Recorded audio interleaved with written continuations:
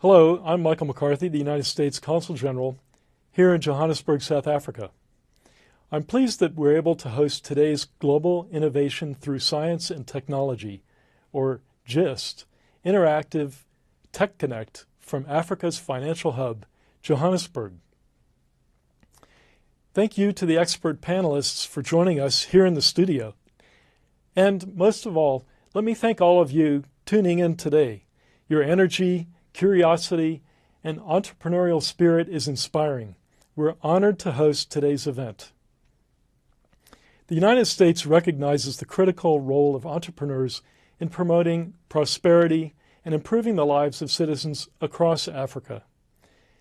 They inspire innovative ideas and launch startups that develop solutions to local economic challenges across the continent. For these reasons, the United States is proud to partner with African governments, businesses, educational institutions, and NGOs to work together to support and assist entrepreneurs in moving their startups from ideas to reality.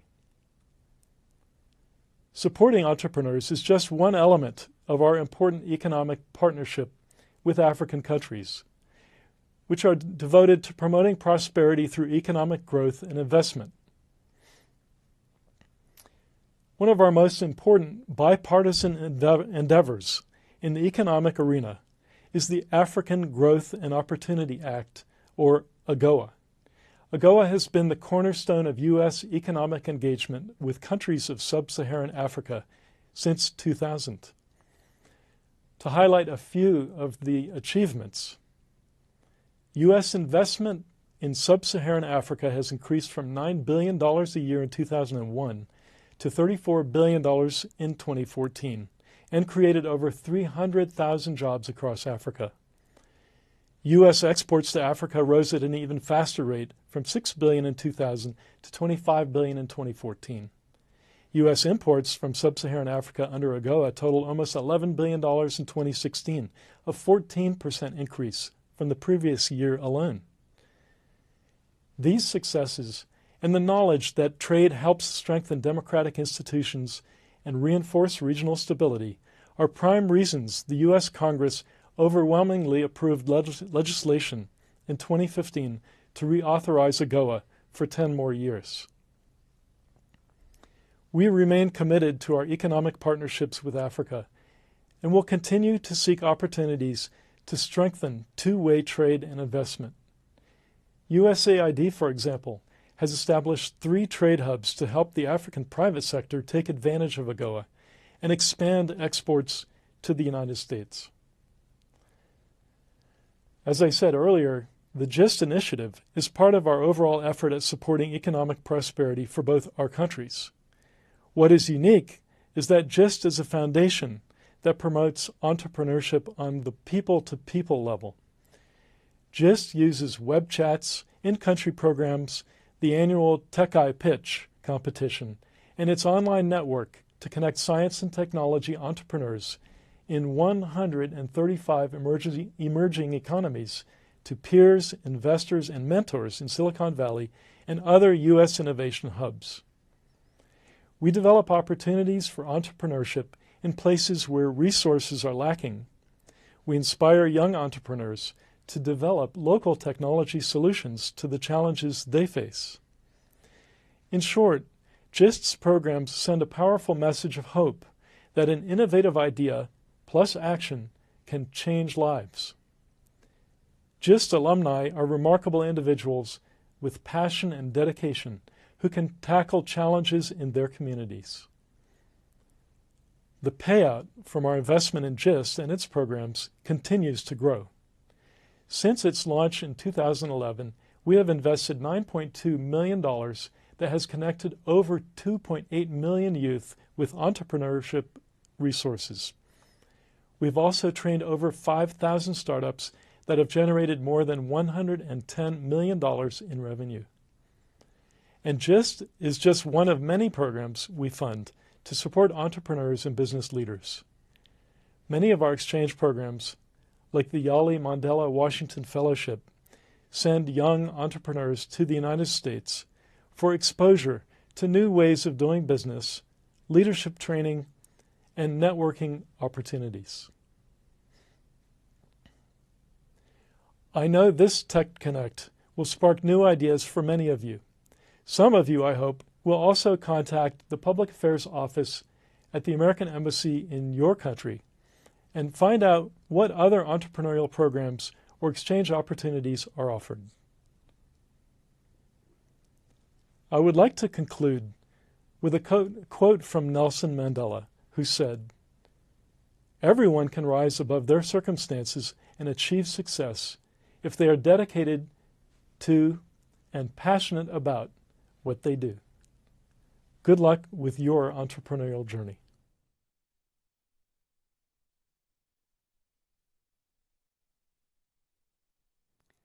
Thank you, Consul General McCarthy. Hi, my name is Brian Newbert. I'm the director of the Africa Regional Media Hub in Johannesburg, South Africa, and I will be your moderator today for the GIST Tech Connect discussion. Thank you for joining us and listening and viewing parties across Africa and around the world. Today we'll be talking about moving your venture forward in Africa. Our audiences can participate in the conversation and ask questions in the chat space next to your video, or you can tweet your questions using the hashtag GISTTechConnect. Before I introduce our panel of experts, I want to mention the GIST Tech Eye competition, which is in its final stages, welcoming science and tech entrepreneurs from around the world who have put forward ideas for how to turn their innovations into new ventures. You get to decide who will be the finalists for the Tech Eye competition that will go to the Global Entrepreneurship Congress in Istanbul. You can vote at the GIST website, www.gistnetwork.org, and you can vote once a day, so please come back often. Now I would like to introduce my panel of experts here in the studio. I'm joined by Matsi Modise.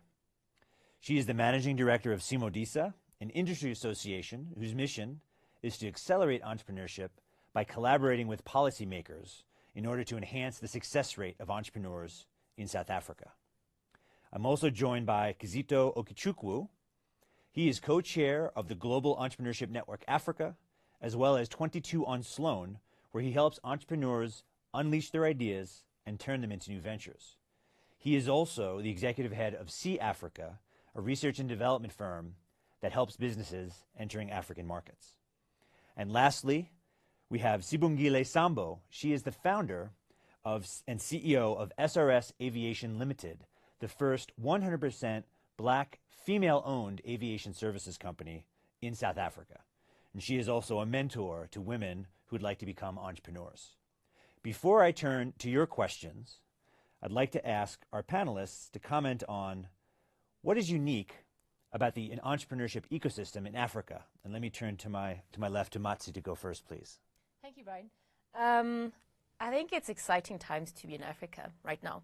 And I would say the greatest unique component is the opportunities that exist on the continent. The fact that we have 60% of the world's arable land means that there's opportunities for agriculture. And how do we ensure that we leverage the natural resources that we've been given? The fact that we're also quite rich in natural resources means that there's a great opportunity for us to beneficiate those resources. We don't have to plant them, grow them, take them out of Africa, take them to the east or take them to the west, whereby they will add value to them and then bring it back to Africa and sell it. I think that whole system can be reversed and should be reversed, and I think that's one of the greatest opportunities. And the fact that we are, we have the youngest youth population on the continent. So by virtue of that, that's very, very unique to our continent, and with that presents enormous opportunities. Our ability to invest in our human capital. They speak about the fourth industrial revolution and how the rest of the world is really coming up with these great innovations. And Africa has an opportunity not to leapfrog, but to, in essence, lead this fourth industrial revolution. So it's great times and interesting times to be on the continent right now. Thank you. Kizito, what do you find that's unique about the entrepreneurship ecosystem in Africa? I think what is unique is the challenges, because I think the challenges really present opportunities for young people, for the ecosystem on the continent to really leapfrog and do more. So I think looking at it from a policy level, from a funding level, from development model level of the entrepreneurs. So I think all these present challenges, but also there are opportunities to improve, whether on policy level, development, financing level, and so on. So that is a very key, unique point on the African continent. Terrific. Yeah. Sibongile, let you jump in here, please. Yes, I would say globalization has created an opportunity for African entrepreneurs to upscale their businesses. And we've seen that in Africa, there's lots of young innovators, and our ecosystem allows them to realize their ideas in many different, spheres. And we've got several organizations that are available to assist the ideas to be realized as a venture, not only in Africa, but worldwide. Terrific. Well, our questions are already coming in. We have a question from Parfait Zoma in Burkina Faso, and the question is that there's a good business that is growing and has demand, but he's having trouble scaling up in order to increase the supply and meet that new demand. He's having trouble having access to finance. So to our panelists, can you offer examples of the early stages of a successful business when you don't have finance to scale up? What are some of the ideas? Maybe, Kisito, if you could take that one first for us. I think there are a lot of opportunities. You said he's coming from which country? Burkina Faso, in West Africa. Yeah. So I think on the continent there are various financing models that one could explore. It's unfortunate that some African countries, or most African countries, the seed funding, the early stage financing is actually not as developed, and capital is very difficult to access. So someone like him, it would be good to know which sector is he on, because there are organizations like your Industrial Development Corporation that are based in South Africa that look at Africa-wide funding and so on and support. But also another thing he can look at is maybe consider equity or debt financing and so on. So it would be good to just understand his sector. I think his sector will be able to determine which avenue he would choose. But if it's an early stage, I will always say maybe angel funders could also be an option. But most countries don't have it, don't have that structure well developed in their country. Sorry, Matsi, do you have something to add? Go ahead. Sure. I think the one important thing he mentioned is, excuse me, it's scale. So meaning that he wants to broaden his horizons. He wants to go beyond Burkina Faso. And as much as we can talk about going to financial institutions, it's very, very difficult. They have very high credit criteria, especially if you're in the startup phase. You don't have that traction. You don't have a track record of having customers and clients. But there has been a rise in platforms that are created for startups to pitch their ideas. And an example of a digital platform is Excel Africa, which is a collaboration with the World Bank and VC for Africa. And you have Demo Africa, which is a platform, they come to a particular African country and they ask you to apply, and then you'll be chosen to come and pitch to a panel of investors. So those are some of the practical ways of take advantage of these, pitching competitions that are on a continental scale, because then you have a continental audience, and then you have organizations like the World Bank and the VC for Africas that are there, that are present. There's the African Business Angel Network, ABAN. That's a network of angel investors on the continent. And while South Africa started a chapter, I think Lagos also started a chapter. So look for those platforms, entities that actually create platforms whereby you're a startup, you have an idea, and they have a panel of investors that actually are looking for fresh new ideas. You can Google VC for Africa, you can Google Demo Africa. They're constantly having these kind of competitions. Some good ideas. Sibongile, do you have a thought? Yes, what I could add to that is that we need to get into a habit of understanding bilateral trade agreements. Within the continent, we've got quite a number of bilateral trade agreements. South Africa is very vibrant in the funding space. They need to look at what is available not only in South Africa, but beyond, using the bilateral trade agreements. Also, what I normally advise startups to do is to visit different embassies within their country and see how the embassies can assist them in accessing funding, because sometimes we look for funding within our own continent, but we can actually upscale using funds that are offshore and available and readily available for startups. Well, there you go, Parfait. You have to work on your pitch, certainly, and let me, on behalf of the group, congratulate you. You said your business is doing well, so please do keep at it. Our next question is from Monrovia, Liberia, and the question is, what are some strategies to promote tech businesses in low-tech environments? Maybe I'll start with you again here next to me. That's an interesting question. So what is a strategy to promote tech businesses in low-tech environments? Wow. Well, I would say it's quite relative, because as a country you have to have an infrastructure that will allow technology to be enabled. The technology that will allow, let's say, if you don't have access to broadband, that's going to challenge you a lot. So it's about scanning your environment, seeing what is available, what is not available, and hoping that the government will come to the party and say, well, if we want to be a progressive African country and if we want our startups to be competitive on a global platform, then these are some of the issues that we have to tackle. Making broadband available. Google is a great example of a company that I think last year they launched a couple of products in Nigeria, and they made them specific to Nigeria. They looked at the environment and say, well, there's a lot of people in the beauty industry that are having YouTube channels around makeup.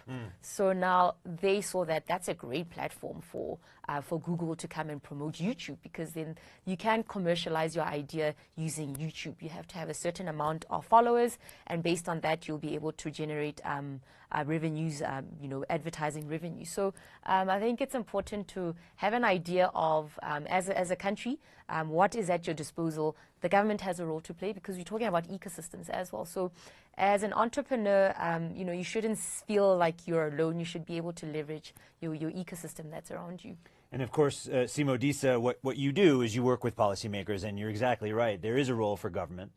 There's a policy environment that has to be supportive of the ecosystem of entrepreneurs. I think that's a really excellent point. As you were answering, I was thinking about SMS payments and how creative that is and how that has taken off, and cell phones are available almost everywhere in Africa, and so that was a tool that was adapted for payments, but there's regulatory requirements. It's not available in every country. Speaking of working with policymakers, Sibongile is in aviation. You certainly have to work with governments. Yes. You're in a regulated industry, but what can you say about working on tech products in a place that's maybe not as developed in terms of technology? I think also what we need to do is to use the innovation hubs, because they would give a platform that would assist, those entrepreneurs, and also be flexible to move. If you within your country the services are not available, just travel to a different country where you can be able to, make your idea to be very productive and to be realized. And also you can be able to sell, your idea in multi-millions of dollars and go back to your country and improve the infrastructure to be able to thrive in that environment. No, terrific. Thank you very much. We have questions lining up here. Let me take the next question. Is from Mapula at the American Corner in Western Area. And the question is, in the first 3 years of your startup, what were the most important lessons that you learned in those early stages? And I'll turn to Kizito to start us off on this one. I think for me, you don't even have to wait for the first 3 years of business. I think already the first year should present a big lesson for you to carry on for the next 3 years. I think the key thing is, what are you selling? Who are you selling it to? Is there demand for that? And I think if you don't get that within the first year and establish yourself within that first year, then the 3 years, your 3 years in business will still teach you that lesson that you would have learned within the first year. So I think that is the key point for me, for every startup to know this particular model. Yeah, that's certainly a question you have to be able to answer quickly. Otherwise, you're just going to lose money. Before we continue on this question, I just want to welcome the viewers that have joined us. If you're just coming on, you're watching the GIST Tech Connect conversation about first steps for entrepreneurs in Africa. Again, my panel of experts, Matsi Modise, Kizito Okichukwu, and Sibungile Sambo have joined us today to share their expertise. And again, we're taking live questions from you as viewers. There's a chat space next to where you're watching the video, or you can tweet your questions using hashtag GistTechConnect. On this question of early lessons during your startup, Matsi, what would you offer? Sure. So I'd reiterate what Kizito said. So market validation is very, very important, because if you don't have a market that's committed or convinced that this is a product or service that they will want to procure from you, then you're not in business. And also the whole notion of focusing more on, I have an idea and I need money. No. You have an idea, you create a business around that, and then you sell your product. Money will come either from your clients, or over time when you have traction, you'll be able to, in essence, have people, require capital from the banks, but then banks will not speak to you if you don't have traction. So there is a great correlation between your ability to validate your market, having customers, clients, having a track record, and then over time, you might necessarily need some working capital because you got a particular contract from there because you have some traction. So don't be too in love with the idea of, I have an idea, I want to start a business and I need money. It's like, I have an idea, I want to start a business, I need to validate my market. I think there's a great word there. This is a bit of jargon that you use in the business, that idea of traction. Yes. So you get out there and you're selling something. It's something that people want, as you said. If no one wants it or no one's willing to pay for it, it's a nice idea, but it's not a business. Yeah. And as you say, it's very interesting. What did you learn in the first 3 years? Like, well, you better learn this in a year. Don't waste time. So Sibongile, you started the first black female-owned aviation services company. Surely there were some lessons in the early years of starting that company. Oh, yes, lots of lessons. What we did at SRS is that, like Matsi said just now, is that if you can think about having capital available to start a venture, then you're never going to start. If you have interest in a business and you believe so much in it, you go out there and make it happen. With SRS Aviation, I'm an HR practitioner by profession. So when I left De Beers, actually, I was asked, what am I going to do? I said, aviation. And people thought, aviation, what are you going to do with aircrafts? And I went out there, I created a business plan. I put pictures of aircrafts so that, it looks tangible and real, that it's available. And I started going out there to learn the language of aviation. Aviation is a very different sector. You have to speak in a particular way, things that you might take for granted, things like your Alpha Romeo Bravo, you can't get into aviation and you can't understand that language. And secondly, when I went to finance institutions to look for finance, and it was December in 2004 when I got my first contract from the Department of Defense for the peacekeeping missions. And I thought it was going to be easy because I've got this million rands, deal to do, going to the bank, going to IDC and other places. And they said, no, it's a high risky business. You don't have experience in the venture and you don't have collateral. How can we give you so much money and you're so young? How are you going to pay our money? So I thought, okay, I'm not going to ditch my idea. I'm going to go for it. I didn't tell my parents that I've left my formal work because all the time I wanted to leave because I was a breadwinner, they would discourage me. So I thought, you know what, I'm going to tell my mom now. She was working in London as a nurse. I phoned her, I said, Mom, I left my job, but here's an opportunity. There's no money. What can we do? She went to the bank. She flew back, withdrew her pension money. Asked her sister to give me her pension money as well. I sold everything I had. I sold my flat accommodation. I sold the BM I had because I was a young executive at De Beers when I left. So I had a bit of cash, not much, but a bit to say, hey, here I am. Let's put together and do something. So sometimes you just need to take that leap of faith. You need to understand your venture. You need to believe in your idea that is going to work. And that's many years later. Here we are, and we are successful. Oh, thank you very much for that. Please, I don't mind adding. Go ahead. So also the notion of you have to be willing to do a lot for free and for nothing, because that's the best way you're going to learn. that's the best way you're going to be able to grow the value that you one day create. So have that sense of, sometimes I actually have to give my products for free because I have to validate them. So be willing to just do anything, take on any opportunity, even if you're not being paid for it. Thank you. Our next question from Julie in Burkina Faso. I'll give this to you, Kizito, since you're not in the city where you started.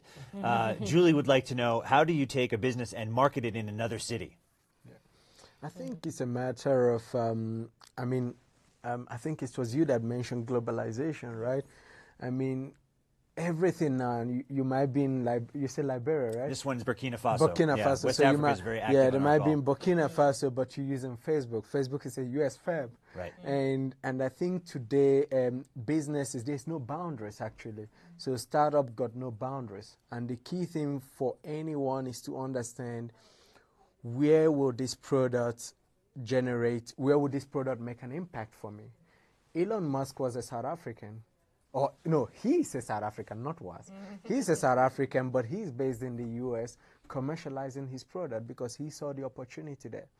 So currently now, and I believe his company is coming into South Africa. So the key thing is, when you find opportunity in another country, you must pursue it.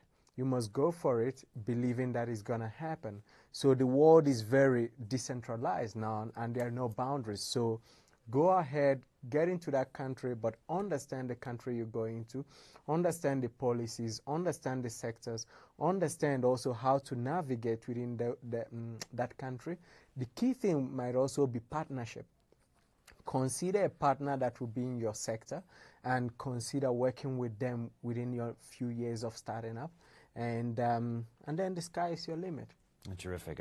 Please go ahead, Mats. Happy to add. So another, a very practical way of, if you're in Burkina Faso and you want to be able to sell your products in countries like South Africa, in various other countries, is social media. Social media. You have Facebook, you have Instagram, you have Twitter. I have come across a lot of West African, East African, products on social media, and based on having people that are in South Africa following a particular page and identifying possible ambassadors. Be willing to give them your product or your service for so that they can be natural ambassadors. Jewelry, it's easy for people to. There's a lady that came from Ghana.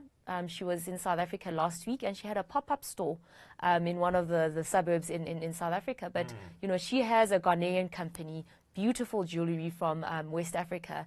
And because there was so much traction and a lot of people in South Africa following her, she decided that she's going to come up and have a pop-up store. So social media, it's free. You sign up a page and you ensure that you optimize your presence. You ensure that you have ambassadors in various countries.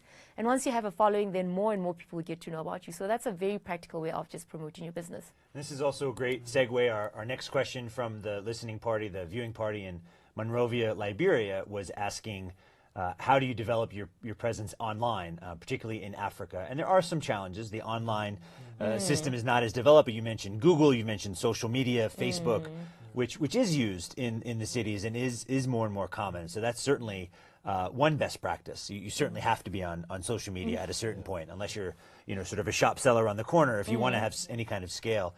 Can you comment on the sort of online presence, Sibongile?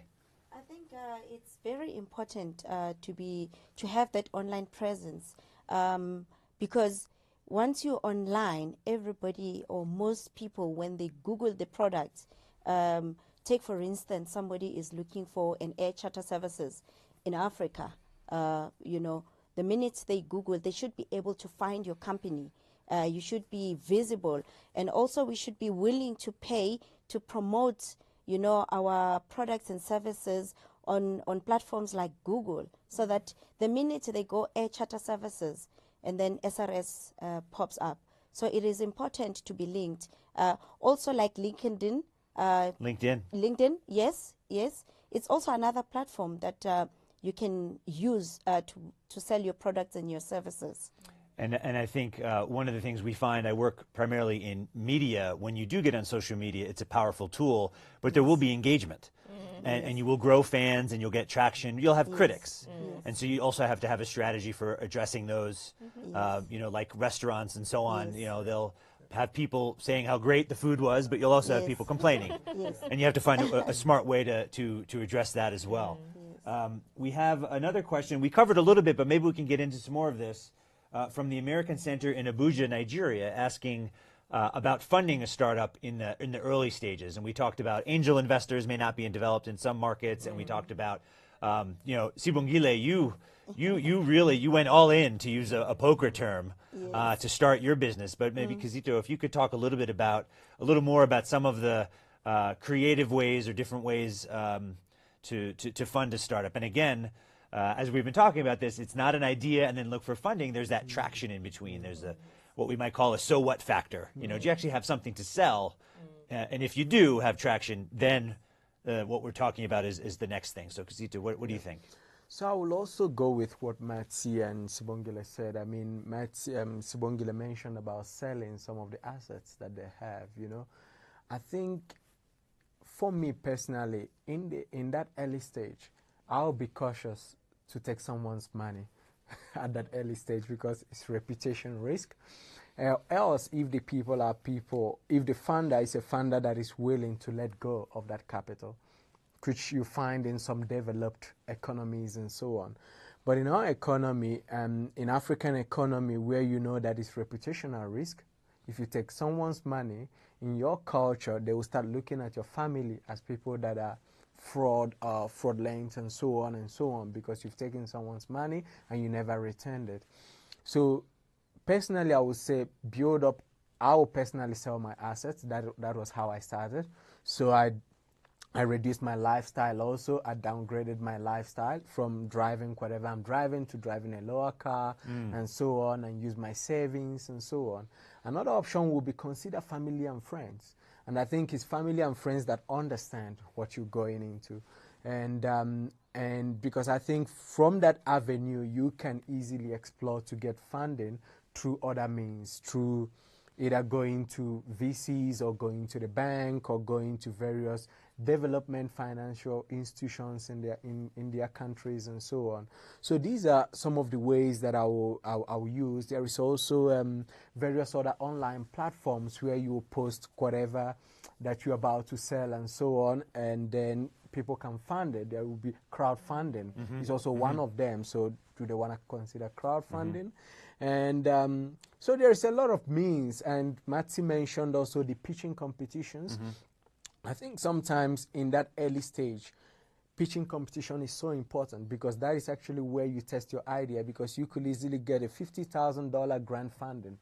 Use it to test your idea or your business and see if it works. If it doesn't work, refine it and go again and pitch again and so on before you even venture to other avenues. And this is something that's come up now a couple times, the idea of a pitch. And to those of you out there, entrepreneurs, if you can't explain your business in 30 seconds, in a minute, work on that. And if it's a pitch competition or something similar, before we came on air with Sibongile, we were talking about the Global Entrepreneurship Summit that was in India last year that you said you participated in. So networking, so important. All of you are very social networks, in-person social networking. You of course, have to be networking, have to be out meeting people. For those of you that are just joining us, we're in Johannesburg, South Africa. This is the Africa Regional Media Hub. My name is Brian Newbert. I'm the director here, and I'm the moderator of this GIST Tech Connect broadcast on moving your venture forward in Africa. If you're just joining us, I have a panel of experts here that's offering information and answering your questions. I have, starting at the far end, Sibongile Sambo, Kizito Okichukwu in the middle, and Mati Modise immediately to my left. We're taking live questions, and they're coming in here. We're doing our best to get through them. You're obviously figuring out that you can submit these in the chat space, or you can tweet them. At Twitter, we're using the hashtag GistTechConnect. We have a new question, and I'll turn to you again because you've done the work, Matsi, on policymaking. What about intellectual property? If you have a business or a product that relies on intellectual property and you find someone is stealing it, in many African markets, the legal protections are not always very good. What would you suggest in that circumstance? So IP, intellectual property, is very, very critical, very underrated, because a lot of people don't think that they have to protect what they've created. And I find a lot of startups saying, when do I actually go and protect my idea. I think you have to work on it a little bit more before you now start protecting little bits and bobs of it. It has to be something comprehensive, and it has to be something that's very, very unique. I mean, you can have an idea. I mean, selling apples is selling apples. You're not going to protect that idea. But it has to be something that you take your time, build it up over a period of time, ensure that there are unique, aspects of that particular idea. And then you can look into protecting it via various means of, IP protection. And it is quite an expensive exercise. So it's not something that you just wake up and say, hey, I have an idea, I want to protect it. Spend time scanning your environment, understanding that actually in China, do they have a similar idea? In America, do they have a similar idea? And is this something worth investing in protecting? So don't just have the idea. It's great. We all want to protect what we have, but take the time to understand what is it? Is it unique? Is it different? And because, that process is quite long and that process is quite expensive. And that was Tulani at the American Corner in Western Area that was asking about intellectual property. Let me turn to Kizito to comment on this question. It's, it depends on the product, right? It depends on the market. For me, I wouldn't delve more into what Matsi said. I think Tulani must take that advice also. But adding on to that, I would say move and move quickly. So for me, I would prefer that you develop your product, get it to market. Don't waste time. Because, for instance, a few years ago, I think 6-7 years ago, before we started seeing power banks, I knew a guy that came up with a concept of power bank in South Africa. And the key thing for me then was that I told him, move and move quickly. Unfortunately, I wasn't in such position that I am in now that I would have helped him, but now power bank is everywhere. He's not the creator, but I know that his concept was one of the first that I ever had. So I'll say to you, move and move very quickly, Tulani, and also do the IP like Matsi said, but be fast, We have another question from Monrovia, Liberia, and I'll pose this question to you, Sibongile. The question here is, can you offer some tips about offering strong networks, especially for young people? I think all of you do mentoring and you advise startups. Coming from Monrovia, Liberia, this question about how do you start those? How do you get those networks up and running among young people? All right. Okay. Practically within the country, one should look at who can mentor me, and a mentor, it could be a male, female. It could be somebody that's older than you or younger than you. It depends on what you're looking for in terms of mentorship. You can have more than one mentor. There's nothing wrong with that because there is something that you will, gain from one mentor to the other. Secondly, in terms of networking, it goes back to using the social media. Go and find platforms that offer online mentorship programs because those are available for everybody as long as you've got access to that social media, and then you can capitalize on using that. I guess that's what I can say. Oh, terrific. Yes. Another question that we have from a few different viewers, and this came up earlier, a couple of you mentioned among funding options, one is crowdfunding. And there's obviously online crowdfunding. This is more or less developed in different markets. But could you comment on what are some of the downsides or what are some of the risks that some entrepreneurs should be aware of before they accept crowdfunding? I see, Kizito, I see you're nodding. Maybe if you want to take that one. The risk could range from many things because in crowdfunding, you have to post, you have to share what you needed the money for so that people could crowdfund. The risk there could be someone stealing your idea because you might be saying, I want to build a ship. Someone already stole the idea and did it before you have to share enough to be convincing. Yes, so that is the risk, the main risk that I see in the platform. Is there, sorry, before you jump in there, an additional part of the question, is there such a thing as offline crowdfunding? I mean, you mentioned earlier going to your family. I guess that's sort of low-tech crowdfunding, but the question was also about if there's an offline version. Not sure about the offline one, but I think another risk is fraudulent behavior on these platforms because you might have a product or service that you're pushing out there, but it's not existent. It's like, poof, doesn't exist. You know, you're just there collecting people's money. So you just have to be very, very aware of what you put in your money into, because some people it's non-existent. Well, we have a couple of takeaways already, and we'll summarize at the end. But we talked about traction, sort of basic idea that you have to have a product that people want, that you can sell.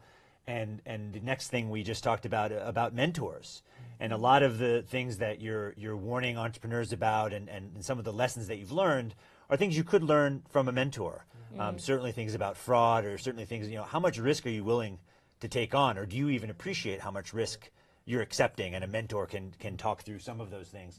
We have a question from Luan Siaya, just up the road in Pretoria, at our American corner. What is a cost-effective marketing strategy for a startup, and how much of a company's income should be used in marketing? Maybe I'll start with our air services, with the airline, famous for marketing, and see what you have to say, Sibongile. Yeah, you know, sometimes you don't have to spend a lot of money doing marketing. If you have a great product and service, you should look at taking advantage of your advertorials, where you don't have to pay for anything. And also, if there's media campaign that is running, find a way as a startup to find yourself in there, because then you don't have to pay for that marketing.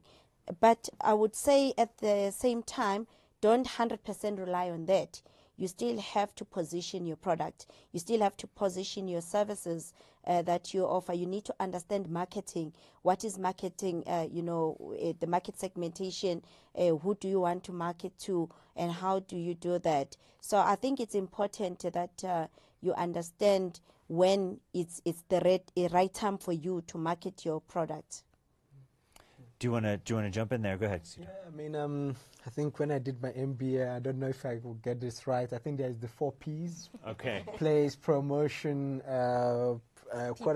people and price, or something like that. So I think marketing is a very key. It's your business, actually. Because think how someone like Kim Kardashian markets herself. It's on social media. So she will think of, what price do I want to get for myself? So, and she will think of, what place do I use? She uses social media and so on. How do I promote myself? She promotes herself also using social media, using different avenues. Either she posts with a dress that shows herself, or she posts wearing a specific kind of outfit and so on. Or whether they do the keeping up with the family, you know, that kind of thing. So how do you promote yourself? So the cost-effective way I would say is think of innovative methods, social media and so on, but know that marketing is the lifeblood of your business, because most startups neglect marketing and think it will come on its own. And Matsi mentioned earlier social media and the idea of ambassadors. Yeah, definitely. You know, if someone with a lot of followers, with real following that people respect, thinks your product is cool, that's really free marketing. But Sibongile raises a point as well. You got to still do the sort of old-fashioned positioning your product. At the end of the day, you can't just rely on social media. Matsi, do you want to add something else about marketing? Sure, it's more an example of 2 young guys that have these sneakers, South African sneakers. They've developed them. They're called Bato. And they have looked at 2 other popular people that are constantly out there, that are, you know, fashion icons that people would always want to know, where did they get this from? And they identified a guy called Somizi. Now, Somizi is a very colorful character, very funny, hilarious guy. And they actually gave him a couple of those sneakers. And every time Somizi goes out there, he's constantly, people ask, like, what, those are very nice shoes. And then that's one way of promoting your brand. Just identify somebody, doesn't have to be a popular person or celebrity, but somebody in your community that, you know, is somebody that people admire, or people that they would probably ask a lot of questions around, where did you buy that from? So it's quite simple. It doesn't have to be a celebrity. It can be just a community member, well respected and constantly out there, and then they'll be able to say, hey, this is where I got, like these jewels of mine. You know, I always wear interesting jewelry. I always wear interesting jewelry, and people will always ask. And, you know, I have young jewelry makers in South Africa that constantly provide me their pieces, and whenever I'm somewhere, I always wear it, and then I always promote. I do get it for free. I get it for free, but I'm also promoting for them. Yeah, you're promoting businesses, creating jobs. Yeah, If you're just joining us, this is Moving Your Venture moving your venture forward in Africa. I'm joined by a panel of experts here answering your questions.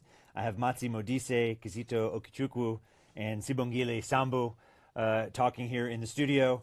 We're taking live questions on the chat space next to the video. You can also use Twitter at the hashtag TechConnect. Just TechConnect is the hashtag that we're using, covering a lot of your questions and important issues. We have another one that has come up from a number of viewers will ask this, is how do you decide or what are the criteria to choose a partner or who's the person you want to have on your team first? Now, I imagine the first answer is someone that complements your own skills. Sibongile, you mentioned you were from human resources. I imagined that you had been a pilot before. I don't know, an air services company, but presumably early on you had to gain that expertise yourself, but also bringing people to your team. But talk a little bit about it early on in the early stages. How did you go about bringing in partners or bringing in people? Yeah. You know, I find it very often that people think I'm a pilot, and hence I started in aviation services. But no, not necessarily. Human resources practitioner with an interest in aviation. And I knocked at different doors wanting to become cabin crew, but because of my height, I was never accepted. Yes, short, I couldn't reach the cabin until South Africa introduced the domestic flights. And by the time the SAA offered me a position, I was already working in HR, so I couldn't take that position. But then when I started my business, I realized that I have to employ key staff. I need to employ pilots, I need to employ engineers, I need to have a marketing department, I have to, you know, not necessarily huge, but somebody who will go out there and be my ambassador and market and partner with. So it is it's so important that you have the right team. Also, what I realized is that you have to have people that you share the same vision with. You go to, as you interview people, you already you discuss about your vision, but you can size out if this person is getting where you want to get to, you know, then that's how you employ people. It doesn't have to be in a particular way that you have to start by employing senior management or you must start at the bottom, but it's what is going to get your services or your product out in the market. And for me, I couldn't run an air service, you know, without having pilots, without having the machines, without having, you know, the engineers to work, you know, on those. So you need to understand your business yourself first and who you need in your team to make it successful. Basically, that's that. Can you talk about recruiting, getting a team, the right team for the enterprise? Sure, I think be comfortable enough to get people that are smarter than you. And actually be, you know, comfortable to know that the reason why you're here is because you're smarter than I am, because you're going to make my life very, very easy. And people that, to echo what Sibongile said, is that are aligned, you know, aligned values. It's tough starting a business, and when there's no money, you don't want people that are going to feel like, well, we're not part of the solution. There's a problem here. You want people that will say, we will fight through this with you because there is an alignment of the vision. We have a shared common vision. Yeah, terrific. Zito, do you want to add there, please? Yeah, I think just like the two colleagues said, vision and skills, very important because starting up a business, you might not be as ready to pay someone $20,000 to be the IT professional or to be a pilot or to be something else. So are those people willing to earn $1,000 in the time being until the business grows? So those people must share your vision, and they must have the skills. But also, just like Matsi said, don't be scared to hire people more smarter than you. I think I actually prefer people that are smarter because, you know, they help to achieve the vision. They think differently. They bring new skills into the company, and they help also grow other younger team members. Oh, terrific. We have another question from Western Aria. Thanks for your question. Very active group today. And this is a question that we've touched on. I think we can delve into a little bit deeper, which is you have a successful business in a local market, and you're thinking of going broader. And how should you think through whether you should be satisfied where you're successful in that local market, or should you go broader? Should you expand? And what are the risks of expanding into a broader market, whether it's going from one city, going regionally, or even going nationally or going internationally. Maybe Sibongile, we can start on this one. Presumably, your aviation company, you started in a smaller space and then you looked to expand over time when there were opportunities. Yes, I think, you know, I mentioned the vision. So obviously you will have a plan that within a year, within 2 years or 3 years, these are my goals, this is what I want to achieve. But bear in mind as well that there are those environmental factors, you know, that you cannot have, you know, control over. For instance, in our environment, we cannot control the currency exchange, which affects our businesses. Yes. Yeah. So if fuel we need, price. yes, the fuel price. You know, in 2009, we saw a high rate of jet fuel, hike on jet fuel, and that affected lots of businesses. So even though on paper we had planned to be all over Africa, but practically we couldn't, because now there are these environmental factors that affect our business. So we must consistently go back to the drawing board and say, this is what we want to achieve. We are now based at Lanseria. Can we expand to other provinces in South Africa? Are we ready to expand into the rest of Africa or globally? So it's something that as a team, and also it's not something that you work on as a leader of the organization. You need to tap onto the skills that you have in the organization. You need to tap onto the advisors. So even if you are a startup business, I would, you know, advise those companies to still have a board of directors, people that you can look up to, that you can consult for advisory services. You know, sometimes you don't have to pay your board immediately, but you can have something that you exchange with. You know, for instance, if we are available and, you know, somebody needs a helicopter from us, and we can be able to do that in exchange for some knowledge, for networking, you know, for expansion, you know, possibilities, we do that, you know, so yes. Because don't you jump in there? I mean, expansion is so important in business, but also expansion can kill a business. And I think it's all about knowing when, how. It's all about timing, you know. And I mean, look at airline business also, like you mentioned. In South African Airways could say, we actually want to be in all the countries in the world, but is it possible for them? Because it can kill their business. So what are they doing? They're partnering. What is this Virgin thing they do? There is what they the code share thing. I think they're in that group. Well, I don't know what they call that group. Star Alliance. Star Alliance. So they're now in Star Alliance. So when you want to expand, consider partnership. Maybe be where you are, be comfortable, stabilize. But once you want to move out, partner, and then go fully after some years once you see that operations are stabilized. No, that's terrific. I think something that's been really impressive, this discussion, you know, we're speaking in general terms. You have specific experience, and some of our questions have been very specific. Some of them are more general. I mean, the answer to any of these things is kind of it depends on where you are and the kind of product and the kind of market. But these are mentors that are giving you ideas of the kinds of questions to ask. Certainly a mentor closer to home is going to have more specific answers. They'll have more time to learn about your business. I want to ask Matsi the next question about angel investors and about some of these modern options for financing. What can local or regional governments do to try to encourage those networks so that they get established, so that they can support the ecosystem for new entrepreneurs? So venture capital in South Africa is nascent, non-existent. It's a few family offices, you know, wealthy families that have a little bit of money and they put it into a fund and they say, let's try invest in some great startups in the tech industry. So we need to broaden that horizon.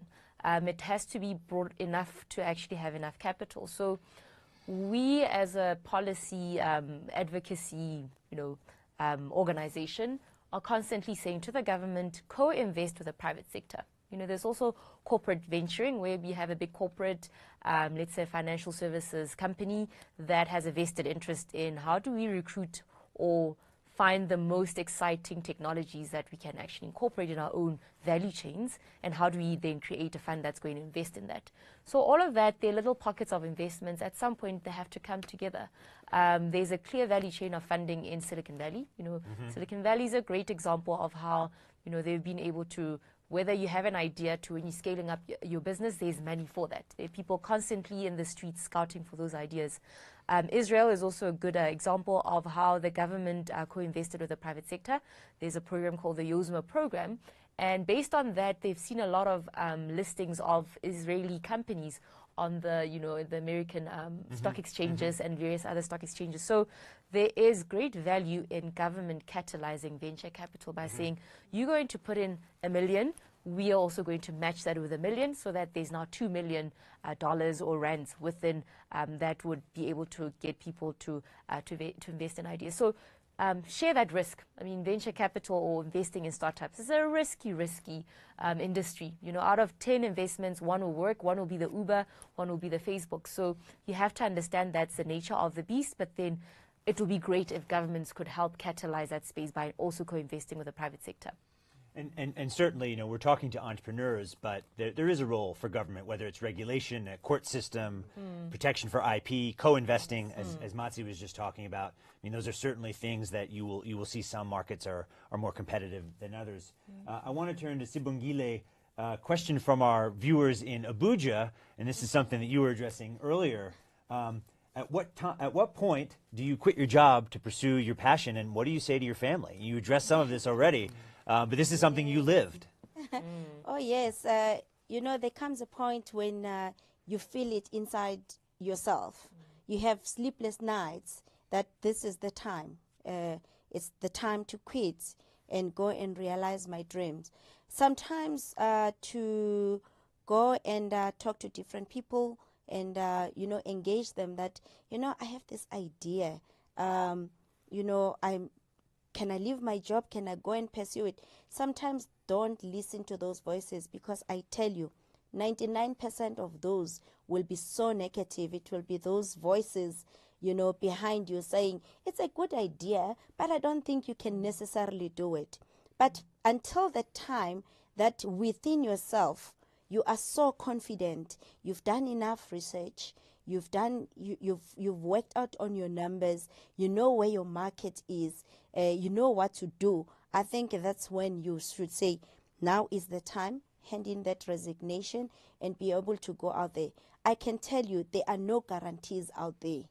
So be prepared that if your idea doesn't work, your first idea, then be prepared to diversify.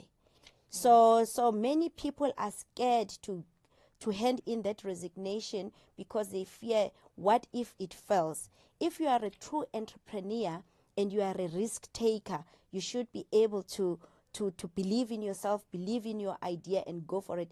But if it doesn't happen and it doesn't work, diversify. Try other sectors. Try other products within the same sector. It doesn't hurt to do that. But hand in that resignation and go on. A couple of you mentioned, of course, Silicon Valley is very well known, and there's now a culture and a network of fail-con, or talking about failure and taking pride in failure. It doesn't mean you fail on purpose, but you're not ashamed of failure because it means that you tried. And as long as you learn from it, then you try again. And entrepreneurs almost all know failure, right? They have to. We have time for one last question from Monrovia. We'd like to hear from who would like to hear from our experts on some of the pitfalls to avoid. And we've covered some of these, but maybe, Kizito, if you could talk to a pitfall, or maybe there's a warning for entrepreneurs. I mean, certainly fraud is something you want to look out for, and so on. But what are your thoughts on a pitfall that you tell entrepreneurs to look out for? I mean, I will even just latch on to what Sibongile just mentioned. I think in terms of pitfalls, you would never get it. You can't figure it out before you start. You might try to figure it out, but once you are in the business, you will see that this was more than what you anticipated. So in terms of pitfalls, I'll say to you that you just have to be ready to deal with the mud, to deal with the hecticness of it, to deal with the disappointments and so on. Just be ready for that, because you will never figure it out before you start. So you can do your business plans, you can do your research, and still be in the company that you work for full time. But once you leave, the game is different. It is totally different. So the pitfall is that be ready to have disappointments, be ready to have successes, be ready to be ready to see that the world is different from what you anticipated. Thank you. We're almost out of time. Before we conclude, I want to give each of our panelists an opportunity to talk about the takeaway that was most important for them, and maybe I'll just go in order. Matsi, if you could start us off, what do you take away from this discussion, or maybe what did we miss today? I think it's important as an entrepreneur to not be your own worst enemy, and in the sense of you are the creator of your idea, but some people might not think that it's a great idea, and you have to be willing to accept that criticism. It's constructive criticism. So don't be your own worst enemy. Ensure that take that constructive feedback, iterate, pivot your idea until somebody's actually willing to buy it. Kizito, final thoughts? 3 things I would say: network, listen, and share. So networking, connect with people, listen, hear what people are telling you, listen to their feedback, because those are constructive feedback. And then share your ideas. Don't be married to that idea. Don't be thinking it should be in my head. No, can I share my idea with you? No, let's meet next week. And then next week you postpone it again. You're like, it's my idea. Share it. If it's good idea, if it's yours, it's your idea. No one is going to sell it. Simungile, you take away. What I take away is that it's very clear that we have, in Africa, an ecosystem that is very vibrant.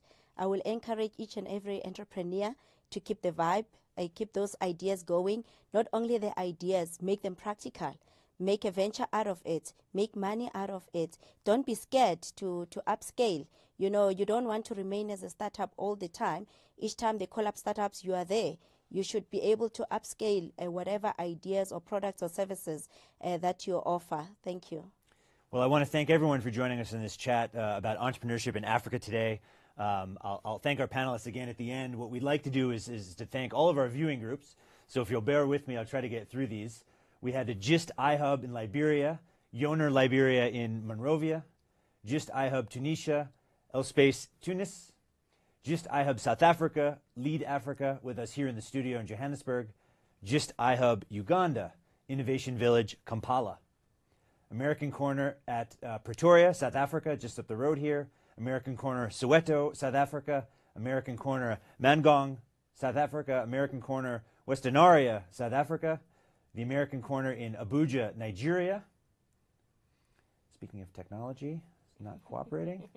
I said Abuja, Nigeria, Mbaban, Swaziland, American Corner, Bongo Hive in Lusaka, Zambia, the Incubation Hub in Port Harcourt, Nigeria, At Events Ethiopia in Addis Ababa, Ethiopia, and Sahel Data Bank in Burkina Faso. Thanks all of you for tuning in to watch, for your questions. You challenged our panelists.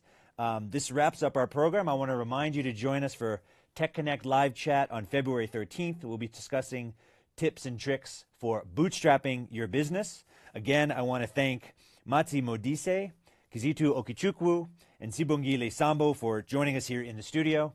Remember, you can vote for your favorite Tech Eye candidates until February 22nd at gistnetwork.org. That concludes our discussion for today. And again, thank you very much for joining us. Goodbye.